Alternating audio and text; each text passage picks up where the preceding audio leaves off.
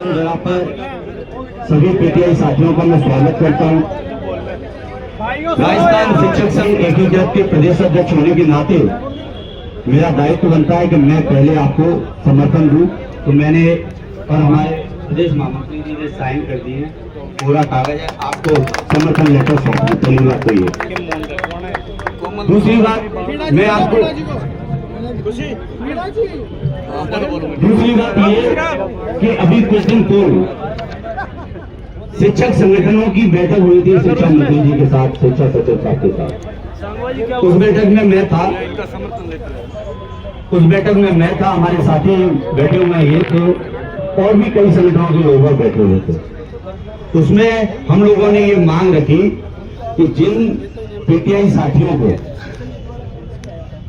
उनका समय टेन्योर पूरा हो जाए, उनका स्थायीकरण कर दिया जाए।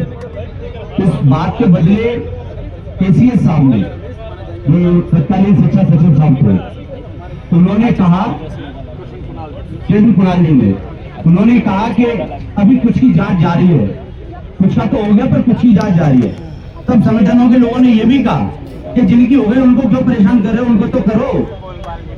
तो उसके बावजूद उन्होंने ये कहा कि हम इसकी जल्दी कर रहे हैं, प्रॉम्प्ट कर रहे हैं, ज्यादा समय नहीं लेंगे, सबका एक साथ कर देंगे। क्यों?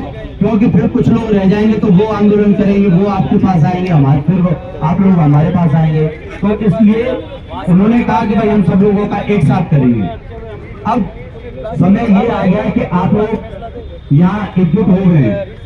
मेरा जो अनुभव रहा है आंदोलन का, उसके आधार पर मैं कह सकता हूँ कि आपने जिस तरीके से आपने बीकानेर से किया, तो बीकानेर में जो उन्होंने कहा कि भाई सरकार कम सुनती है। यहाँ से अभी कुछ लोग कह रहे थे कि यहाँ से हो क्या रहा है शहीद स्मारक से, क्योंकि जयपुर की राजधानी है और यहाँ से जो मैसेज जाता है, मीडिया को जाता है, सरकार को जाता है, पूरी नजर यहाँ पर होती है और उस बात का असर होता है कि सरकार में चल क्या रहा है। इसलिए इसकी अहमियत तो ये है। अब अहमियत ये है, लेकिन यहाँ अनुमति एक दिन या 2 दिन की मिलती है। मैं तो समझता हूँ 1 दिन की मिलती है, लेकिन जिन लोगों ने ज्यादा संख्या बल के साथ आते हैं और डट जाते हैं तो उनका लंबा चल जाता है। जैसे हनुमान बेनीवाल जी ने लंबा चला लिया, वैसा सबके साथ नहीं होता। तो आपके लिए मेरा सुझाव ये है, सबसे बढ़िया, कि आप शिक्षा संकुल का रुख अख्तियार करें। वहाँ सारे के सारे लोग आते हैं जो शिक्षा विभाग से जुड़े हुए हैं, चाहे शिक्षा सचिव साहब हो, चाहे निदेशक साहब हो, चाहे और अधिकारी हो, वो सब लोग वहाँ आते हैं। इवन शिक्षा मंत्री जी भी आते हैं और ओएसडी साहब शिक्षा मंत्री जी के वहाँ भी आते हैं। तो मेरा सुझाव तो ये है कि आप शिक्षा संकुल बैठे, अगर लगातार और लंबा बैठना है ना। और रही बात ये कि आपकी जायज मांग है, उसका पुरजोर समर्थन करते हैं।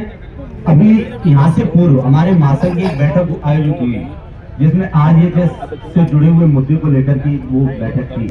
उसमें यह था कि आरजीएचएस में हमारे जो कर्मचारी साथी हैं, जो लगातार पैसा कटा रहे मंथली, लेकिन उनका इलाज सरकार नहीं कर रही। संगठन के लोगों ने गजेंद्र सिंह राठौड़ जी के नेतृत्व में अभी गायत्री राठौड़ जी से और उनसे बात की। उसके बाद में 1-2 हॉस्पिटल्स ने जो रिलीज किया है उपचार करना, इलाज करना, लेकिन सबने नहीं किया।